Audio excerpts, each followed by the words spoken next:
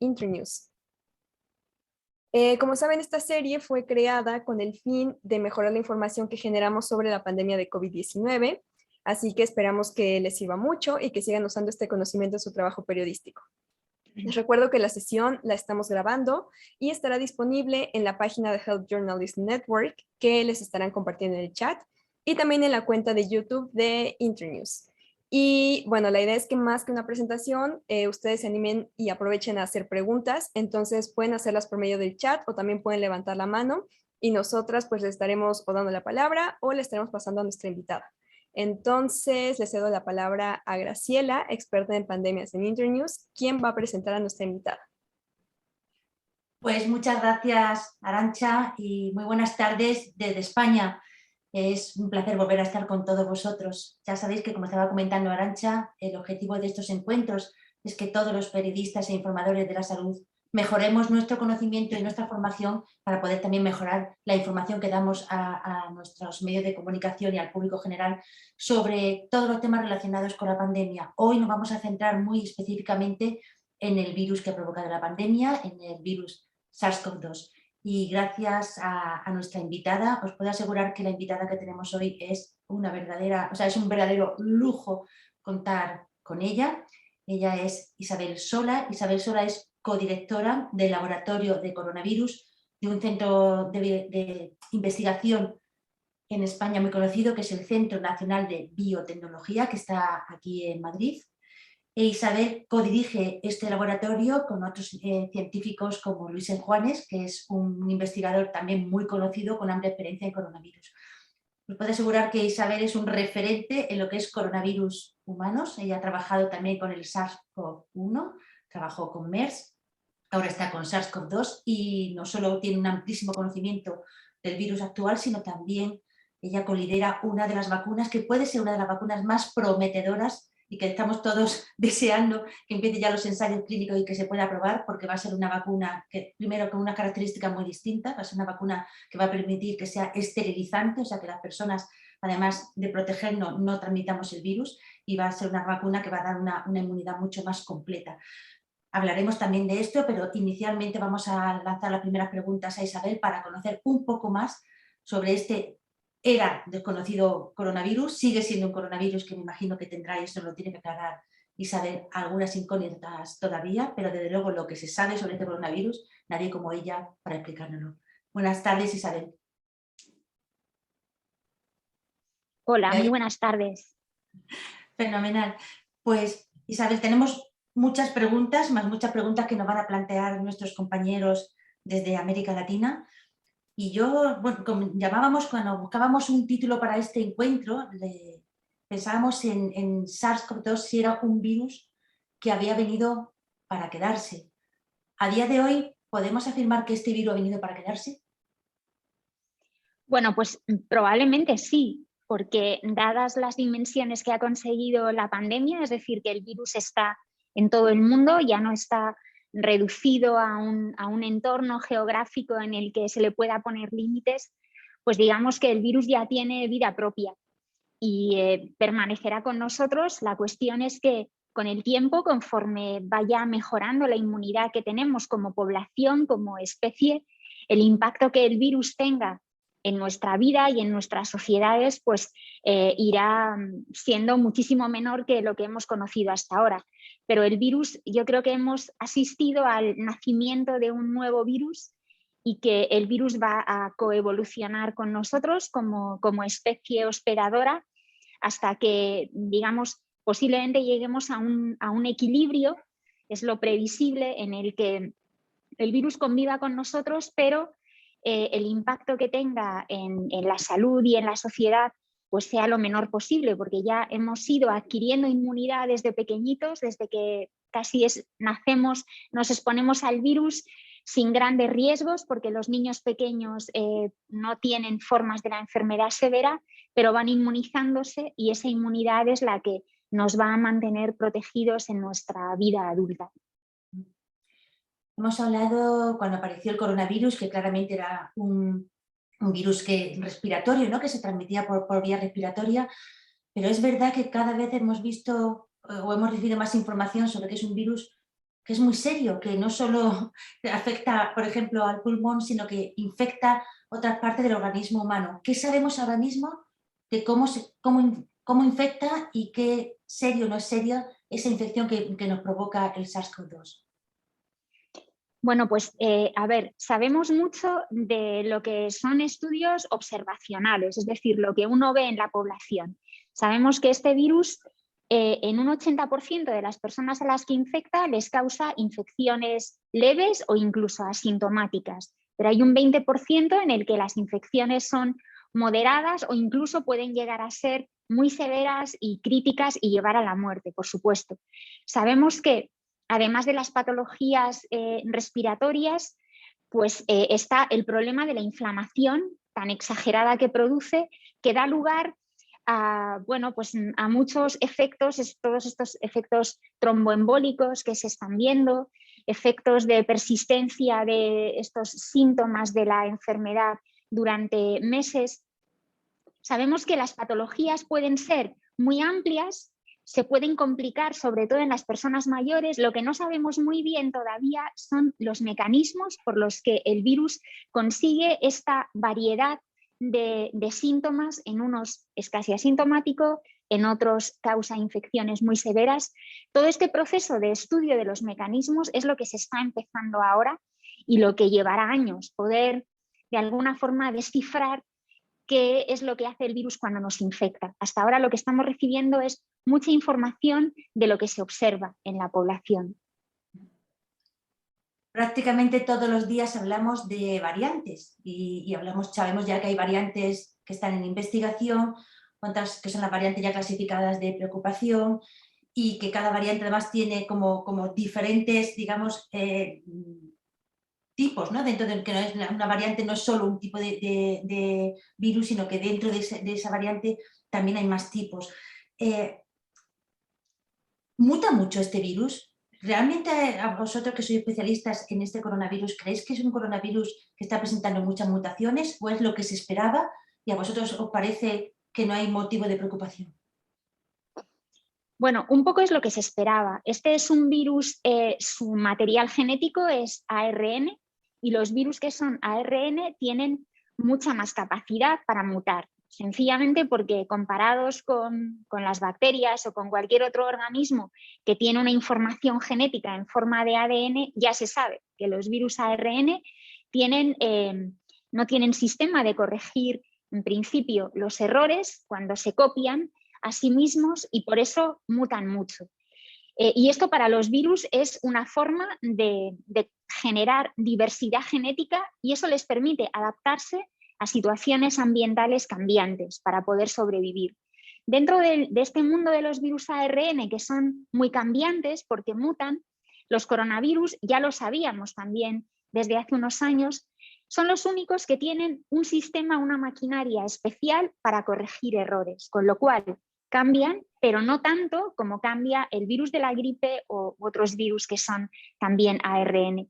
Por tanto, el virus cambia, no excesivamente. Lo que sucede es que, como es un virus que se está transmitiendo tan extraordinariamente y hay tantísimas personas infectadas y tantas infecciones nuevas a diario, todo esto significa que le estamos dando al virus la oportunidad de cambiar, porque cada vez que el virus se replica, puede introducir cambios. Y estos cambios, si al virus le dan una ventaja, porque le permiten transmitirse mejor, porque puede escapar de la inmunidad del individuo, son cambios que se imponen, como ha sucedido con la variante, primero con la variante alfa y luego con la variante delta. Son variantes que se transmiten cada vez mejor y esto le permite al virus imponerse a otras variantes anteriores que eran un poco menos eficientes. Pero lo esperable de este virus es que cambie moderadamente, pero cuantas más infecciones produce, más posibilidades hay de cambio. Y el caso es que hablamos muchas veces de mutaciones y de cambios, pero realmente pocas veces nos explican cómo se produce. Por ejemplo, ¿se produce una mutación o una nueva variante en una persona que a lo mejor está infectada y tarda en resolver esa infección? ¿O cómo se producen? ¿Qué sabemos sobre eso? Bueno, pues la forma de producirse cuando un virus entra en una célula hay que recordar que los virus necesitan a las células vivas para poder multiplicarse. Un virus no es más que, yo lo defino a veces como un mensaje en una botella. Y entonces este mensaje, cuando entra en las células, para poder copiarse a sí mismo, que ese es el objetivo que tiene cualquier virus, perpetuarse y multiplicarse, necesita toda la maquinaria de la célula. Entonces el mensaje del virus, su información genética, son 30.000 letras. Y esas 30.000 letras las copia millones de veces para hacer millones de nuevos genomas de virus, eso en cada célula. Y lo hace en un tiempo, pues en unas pocas horas, en 8 o 12 horas. Entonces, esta maquinaria tan rápida como cuando uno escribe y copia una frase millones de veces, comete errores. Y esos errores en algunos casos se corrigen porque el virus tiene esta maquinaria especial de corrección, pero hay otros errores que permanecen. Y a lo largo de la replicación, en un ciclo normal de replicación en cualquier célula, habrá muchísimas variantes, muchísimos cambios en distintas posiciones. Algunos de esos cambios van a ser malos para el virus y por lo tanto van a hacer que esa frase, ese genoma del virus pierda sentido y desaparezca, se extinga. Otros cambios van a ser neutros, es decir, no le van a hacer ni bien ni mal y pueden mantenerse ahí. Y habrá otros que al virus le dan una ventaja, por ejemplo, la ventaja de transmitirse mejor. ¿Por qué? Pues porque se replica un poco mejor o porque la llave con la que entran las células mejora la capacidad, el potencial de abrir las células y entrar, porque por la razón que sea, mejora alguna de sus propiedades. Y esos son los que se imponen y los que permanecen. Hay que imaginar que esto es como una carrera en la que muchos corredores empiezan y el que va más rápido es el que llega a la meta. Pues entre todas las variantes que se generan de forma natural en una célula infectada, siempre hay algunas que tienen alguna ventaja. Y en esta competición con otros virus que están circulando, pues terminan imponiéndose el más rápido o el que tiene alguna clase de ventaja. Y aquí, en esta pandemia, hemos asistido como a experimentos masivos en los que había inicialmente una variante original del virus que poco a poco fue desplazada por la variante alfa, que empezó siendo unos pocos casos de personas infectadas y poco a poco se ha impuesto en todo el mundo, ha desplazado al otro virus porque tiene más capacidad de transmitirse. Y lo mismo ha sucedido con la variante delta. Pero digamos que los cambios se generan en cualquier célula infectada. Y Isabel, ¿hay una situación que pueda provocar que aparezcan más cambios o más variantes? Por ejemplo, alta transmisión y a la vez baja vacunación, o ¿cuál sería como una situación que pusiera más en riesgo la aparición de más variantes? O no se produce, o a lo mejor no es necesariamente, no necesitamos unos factores determinados para que se produzcan. Bueno, digamos que los cambios se producen de forma natural, pero es cierto que hay factores que pueden contribuir a la aparición de variantes. Es lo que se llama, pues, digamos que la presión selectiva. Entonces, puede haber individuos que no tienen una inmunidad completa, que tienen una serie de anticuerpos, pero que no son anticuerpos muy potentes, de forma que ahí digamos que al virus se le está presionando de alguna forma, pero no del todo, de forma que el virus puede escapar. Y al escapar se ve forzado a generar variantes que escapen, y esa variante pues puede ser una variante que escape a la inmunidad y es una variante peligrosa, porque digamos que incluso en personas que se han vacunado, pues su inmunidad no va a ser suficiente. Y hay un segundo factor que contribuye a que se puedan generar variantes y es simplemente cuantas más personas se infectan, más posibilidades tiene el virus de multiplicarse y cuanto más se multiplica, más variantes pueden aparecer. Entonces, en la medida en que le demos la oportunidad al virus de transmitirse, porque hay muchos contagios, porque el virus, digamos que se mueve libremente, hay más posibilidades de que aparezcan variantes y que alguna de ellas pues, no nos convenga demasiado. Isabel, tú que trabajas con el SARS-CoV-2, ¿temes esa la aparición de una variante que ponga en peligro la inmunidad que hasta ahora se está consiguiendo poco a poco con las vacunas actuales? Bueno, esta posibilidad existe y no se puede excluir en absoluto. La buena noticia es que hasta ahora lo que hemos visto es que han ido apareciendo nuevas variantes como la variante Delta, la Beta, y la inmunidad que dan las vacunas que tenemos ahora, digamos que protege bastante bien frente a estas variantes y que las variantes que se están generando han incluido una serie de cambios, sobre todo en la proteína de la espícula, pero no son cambios infinitos. Es decir, el virus tiene una cierta libertad para incorporar cambios, pero no puede incorporar todos los cambios que quiere, porque algunos de ellos seguro que no le van a permitir infectar bien. Entonces, hasta ahora, los cambios que se han visto, que han ido apareciendo en las variantes, todavía digamos que nos podemos proteger relativamente bien contra ellos con la inmunidad que tenemos de las vacunas originales. Eso quiere decir que no parece que hasta ahora no nos ha dado grandes sorpresas desagradables el virus y posiblemente podamos continuar por ese camino, aunque los virus son imprevisibles y bueno, uno nunca puede asegurar que esto no va a pasar.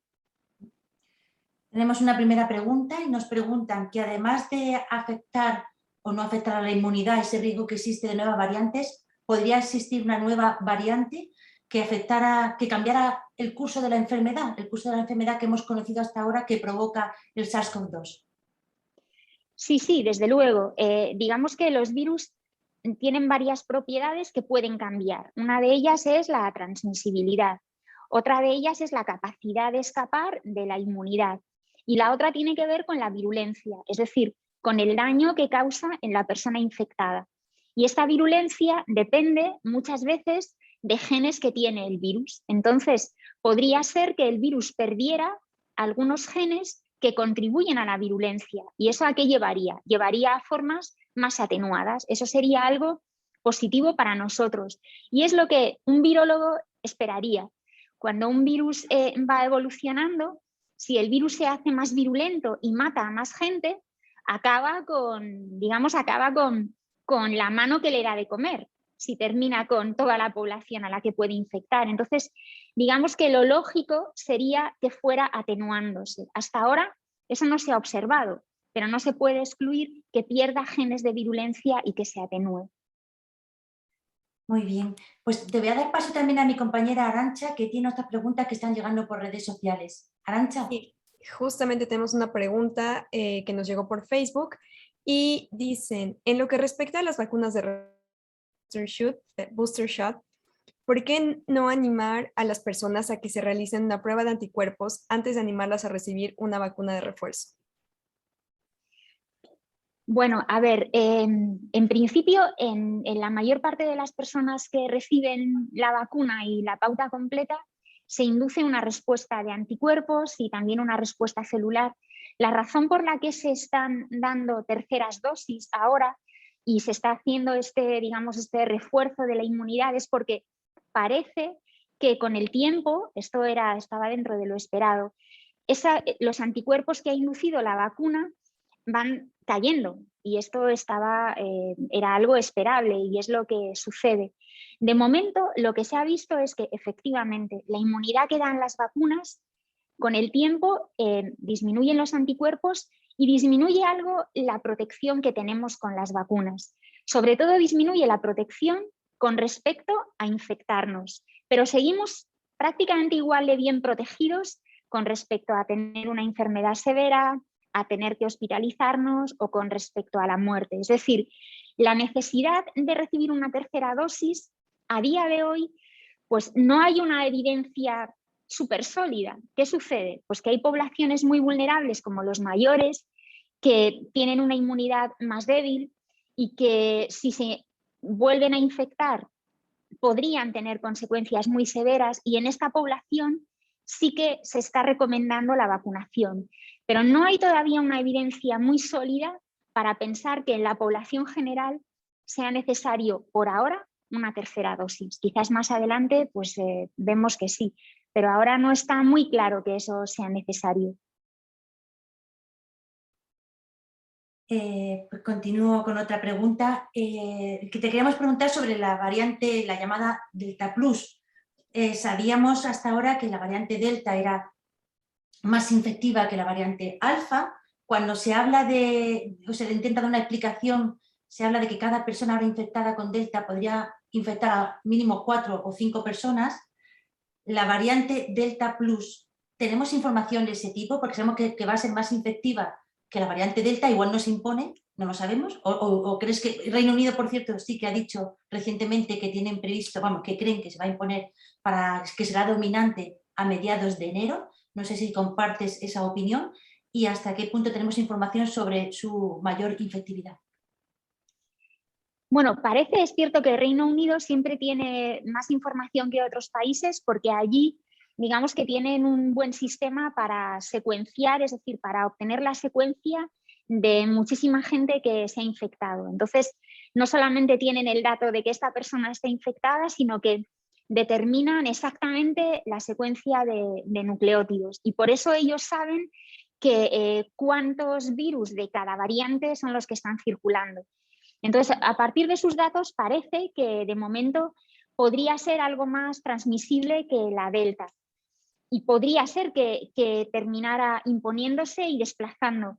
Pero todavía, digamos que la información que hay es relativamente limitada, porque hay otros países en los que todavía no se ha visto esta imposición, quizás porque no secuenciamos lo suficiente y no tenemos tanta información como tienen en el Reino Unido. En cualquier caso, si es un virus que es más transmisible, allí donde conviva con la variante Delta se va a imponer, porque esta es la competición que se establece entre los virus. Cuando uno tiene ventaja, porque se transmite más, porque se replica mejor, pues se va a terminar imponiéndose. Y eso lo vamos a ir viendo. Quizás digamos que por ahora al menos no hay evidencia de que el virus pueda causar una enfermedad más severa. Y eso es la parte positiva, que al menos no parece que pueda, que cause una enfermedad más severa, que sea más virulento. Habrá que ver también si la inmunidad que tenemos nos protege igual de bien que frente a la variante Delta, porque la variante Delta Plus tiene un cambio adicional que no tiene la variante Delta. Esperemos que las diferencias no sean muy significativas, pero es una posibilidad bastante realista que termine imponiéndose. Muy bien, doy paso otra vez de nuevo a nuestra compañera Arantxa, que tiene más preguntas que nos llegan por redes sociales. Sí, tenemos muchas preguntas y también tenemos aquí a una participante que está levantando la mano, entonces no sé si primero le damos la palabra a Rosa.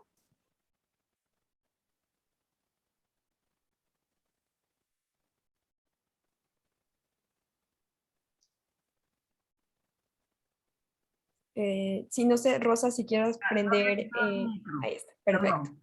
Buenas tardes, doctora. Gracias, Arantxa. Buenas tardes. Soy Rosa. No, primero es Isabel. No sé qué he escrito. Ya, hablo desde Perú. Soy Rosa Suairo desde Perú. Trabajo en una ONG, trabajo con la comunicación. Por eso mi interés. Al comienzo, Isabel, hablaste de que va a llegar un momento que el virus ha venido a quedar y vamos a ir teniendo inmunidad. Inmunidad cada vez va a ser menor, ¿cierto? El daño. Me pregunto, ¿esta inmunidad es para todos los jóvenes y los viejos como yo? ¿O esta inmunidad va a ser la gente que tenga más defensa, más fuerza, más la gente joven? Bueno, pues vamos a ver. Esta inmunidad de la que yo hablaba es una inmunidad que se adquiere cuando uno se expone al virus y por lo tanto su sistema inmune responde y guarda esa memoria de inmunidad. Es cierto que cuando somos más jóvenes nuestra inmunidad es más potente, es más robusta y cuando nos hacemos mayores la inmunidad disminuye. Pero en principio lo que sucede con los virus respiratorios, y conocemos muchos virus de resfriados que causan infecciones leves, nos exponemos a ellos desde que somos pequeñitos. Cuando somos pequeños la respuesta inmune es muy potente y aunque no va a durar para toda la vida esa inmunidad, cuando nos volvemos a infectar 1 año, 2 años después, tenemos un poquito de inmunidad que hace que en esa nueva infección, la infección sea todavía más leve, dure menos tiempo y esta nueva infección lo que hace es reforzar la inmunidad, como cuando damos una segunda dosis de vacuna, que es un refuerzo en la inmunidad. Cada reinfección a lo largo de la vida supone un refuerzo de la inmunidad. Es cierto que llegados a ciertas edades puede ser que nuestro sistema inmune pierda fuerza y entonces cuando nos enfrentamos al virus pues nos puede causar algo más de daño. Esto depende mucho de cada individuo. Pero la idea es que si convivimos con él desde que somos pequeños, cuando somos jóvenes, cada vez que nos reinfectamos estamos reforzando y ampliando nuestra inmunidad. Y esto nos permite convivir como convivimos con los virus de los resfriados, por ejemplo, que causan infecciones pero que son bastante leves y llevaderas. Gracias. Una sobrepregunta sobre eso. Usted dijo que el virus iba a ir bajando, ¿cierto? Hasta el momento va bajando la agresividad. Me pregunto, ¿también existe la posibilidad que este virus se refuerce en estas mutaciones? Existe la posibilidad. Bueno, no me contesta. Si quiere me contesta en conjunto. En conjunto, porque sí, tengo una pequeña sí. observación. Y es que usted dice que no tiene grandes consecuencias esta enfermedad. Yo me pregunto, ¿no tiene en qué sentido? Porque mucha gente acá en el Perú tiene consecuencias muy fuertes al cerebro, neurológicas y cosas por el estilo. No sé a qué se refirió cuando dijo que no hacía tanto daño. Pues, bueno, quizás no me he explicado bien. Lo que yo decía es que el virus tiene una amplia variedad de síntomas y de consecuencias. Hay un 80% de personas en los que la infección es leve o poco sintomática, pero hay un 20% de personas en los que la enfermedad es moderada o severa, incluso puede causar la muerte. Es decir, sobre todo en las personas mayores, las personas que tienen enfermedades previas, ahí el virus puede tener consecuencias que son fatales. Y de hecho lo hemos visto con los muertos, con la enfermedad que ha causado. Ahora bien, digamos que el virus, precisamente porque infecta a mucha gente a la que apenas le causa síntomas, es una de las ventajas que él tiene para transmitirse, porque lo hace de una forma silenciosa. Pero desde luego no es un virus, digamos, para decir que no es importante, en absoluto. Es un virus que se transmite muy bien, que infecta a tanta gente, que aunque no en todos ellos cause infecciones severas, el hecho de que infecte a tantos acaba causando muchas muertes y mucho sufrimiento. Y lo hemos visto, tenemos ya 5 millones de muertos en el mundo. Es decir, que no es un virus para pensar que es poca cosa, sino todo lo contrario. Gracias. Muchas gracias, Isabel. Vamos a dar espacio para otra pregunta. Esta viene de Guiada Forneris y nos pregunta, primero, ¿por qué a la hora de hacer la tercera dosis no se hace antes una analítica serológica antes de aconsejar la vacuna? Y segunda, que quizás, bueno, no sé si ya quieres contestar en conjunto, he hecho 2 dosis, pero ahora estoy embarazada. ¿Hay investigaciones sobre el impacto de la tercera dosis en el feto? Muchas gracias. A ver, con respecto a la primera pregunta, idealmente pues sería fantástico poder hacer una medición de anticuerpos en el suero y decir, esta persona está protegida y por lo tanto de momento no necesita más dosis, o lo contrario.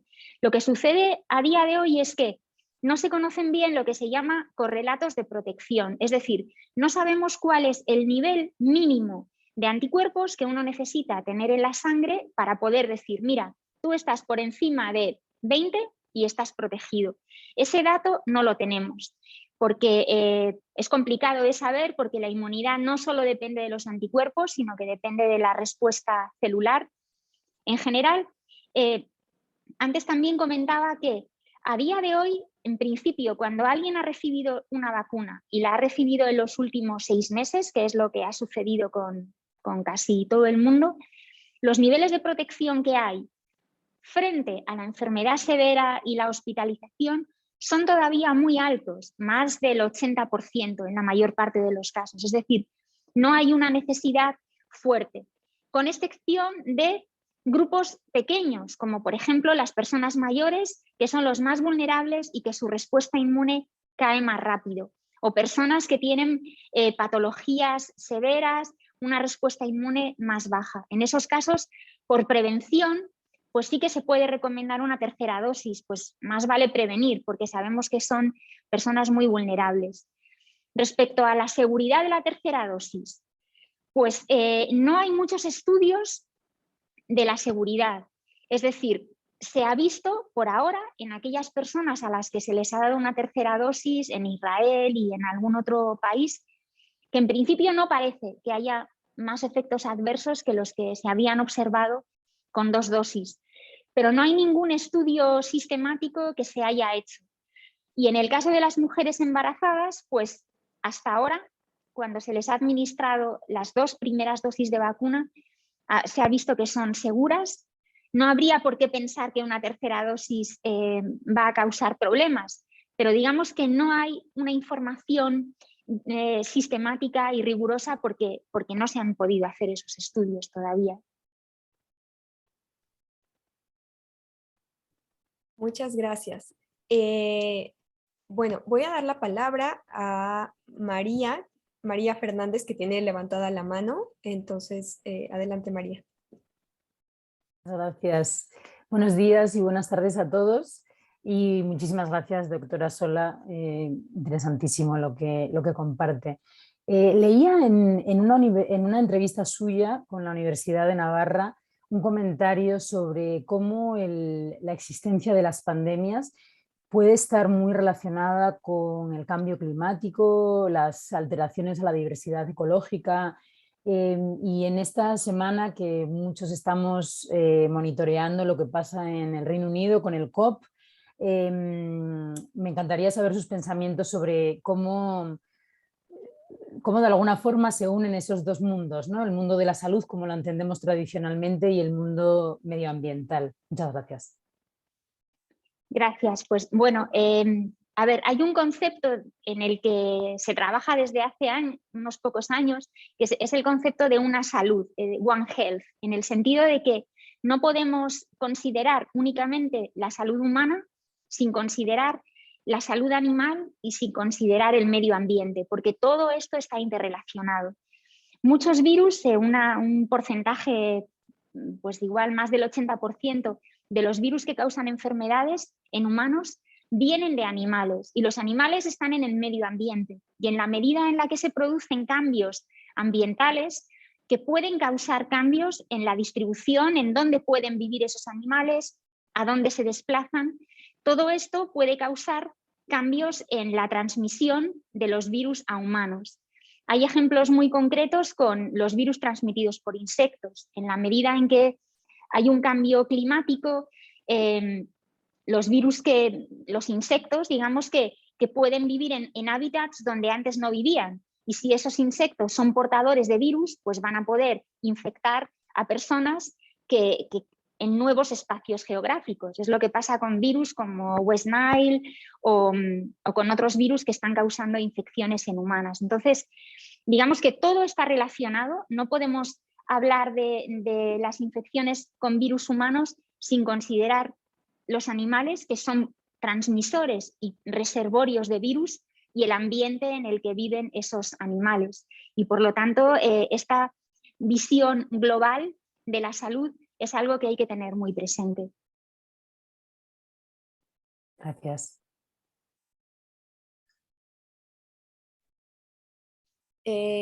Tenemos otra pregunta más.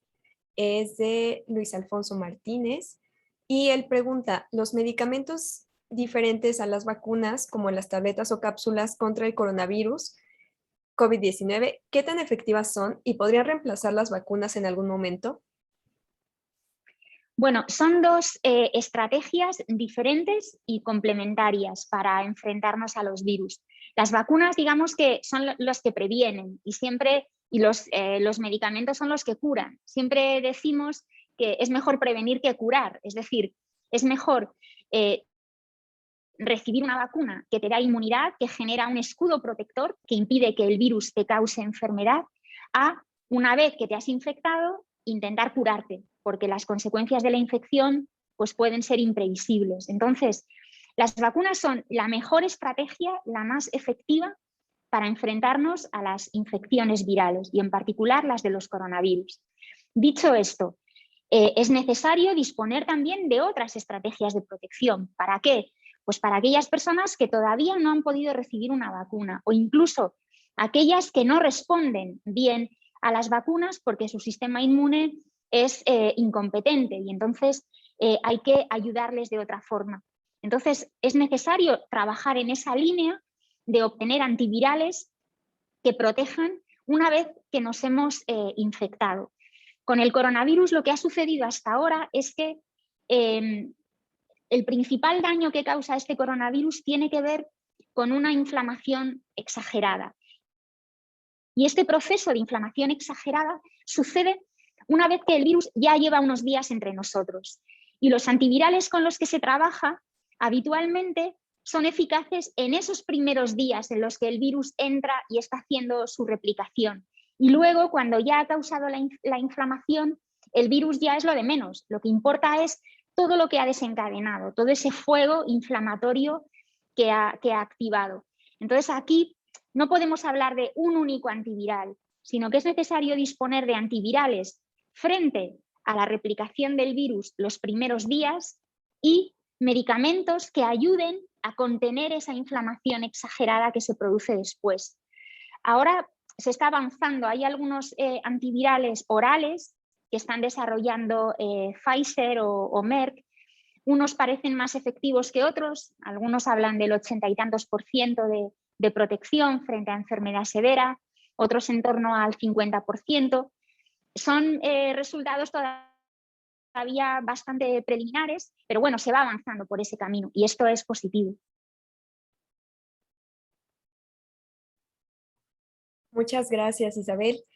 Voy a pasar la palabra a Graciela, que nos tiene, me parece, otra pregunta. Ay, perdón, Graciela, estás, no estás en YouTube. Ya está, perdón, había apagado el micrófono. Isabel, hemos conocido también que estas vacunas, las que estamos utilizando actualmente, son vacunas que protegen sobre todo frente a la severidad de la enfermedad, la hospitalización y la muerte, pero no impiden que transmitamos el virus a otras personas aunque estemos vacunados. Sabemos que una de las grandes ventajas y características de vuestra vacuna, de la vacuna que estáis desarrollando en vuestro laboratorio, es que va a ser esterilizante. ¿Nos podrías contar esta ventaja y otras ventajas de vuestra vacuna? Y sobre todo, ¿cómo va el proceso de desarrollo y de conseguirla? Bueno, pues nuestra vacuna es una vacuna de segunda generación, en el sentido de que es una vacuna de ARN también, pero tiene ventajas adicionales que no tienen las actuales. Y la parte negativa de esto es que eso va a llevar más tiempo de desarrollo. Entonces, bueno, pues nos va a costar un poquito más poder llegar a que esté disponible. Una de las dos diferencias fundamentales que tiene, una de ellas es que es un ARN que se replica a sí mismo, es decir, se multiplica él solito, con lo cual tú puedes poner una dosis pequeña de ARN y dentro de las células él se amplifica y empieza a producir los antígenos que son los que activan la respuesta inmune. Esto pues, simplifica la producción y el coste de las vacunas y es algo positivo. Pero además de eso, nuestra vacuna lleva, además de la proteína de la espícula, que es la que llevan todas las vacunas, lleva otros elementos del virus que se ha visto en las personas infectadas, que también son importantes otros elementos del virus para activar una respuesta inmune más completa y más potente.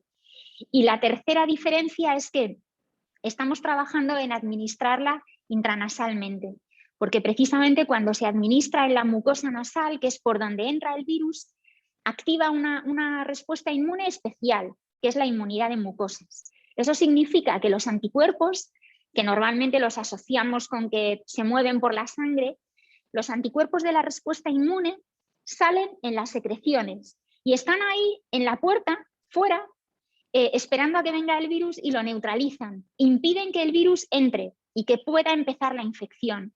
Por eso la inmunidad esterilizante es aquella que no le deja al virus entrar, porque ya en la puerta de entrada ya tiene preparado todo el arsenal de anticuerpos para poder eliminarlo. Y esto sería, bueno, pues es el ideal de cualquier vacuna, que proteja no solo frente a la enfermedad severa y la muerte, sino también que impida que la persona vacunada se infecte y pueda transmitir a otros, porque con eso lo que hacemos es interrumpir la transmisión del virus. No solo nosotros estamos trabajando en esta búsqueda de la inmunidad en mucosas, sino que hay otras compañías, AstraZeneca, otras que también trabajan en esta dirección. Sabemos que supone un cambio definitivo, pero bueno, también lleva tiempo. Muy bien, Isabel, pues muchísimas gracias. Estaremos muy atentos al desarrollo de esa vacuna, que vemos que va a ser una herramienta pues muy importante, fundamental, para poder llegar a controlar la pandemia, que todavía estamos con pandemia, sabemos que con casos muy distintos dependiendo del país, pero estamos todos aún en que necesitamos una vacunación global y vacunas como las vuestras. Muchísimas gracias por habernos enseñado tanto y por haber estado con nosotros esta tarde. Te paso la vez, Arantxa. Sí, muchísimas gracias, Isabel, gracias por tu tiempo y gracias a todos por acompañarnos. Recuerden que la grabación de la sesión la pueden consultar en la página de Health Journalism Network y también en el canal de YouTube de Internews. Y también les recuerdo que pueden ser parte de Health Journalism Network y pueden estar al tanto de sesiones y demás materiales y oportunidades sobre periodismo de salud. Espero que hayan encontrado muy interesante esta sesión, al igual que nosotros. Y nos queda todavía la última sesión de claves de salud, que será el 24 de noviembre a la misma hora que hoy. Les estaremos haciendo llegar la invitación ya sea por correo o también los invitamos a que se mantengan atentos a nuestras redes sociales. Gracias. Muchas gracias.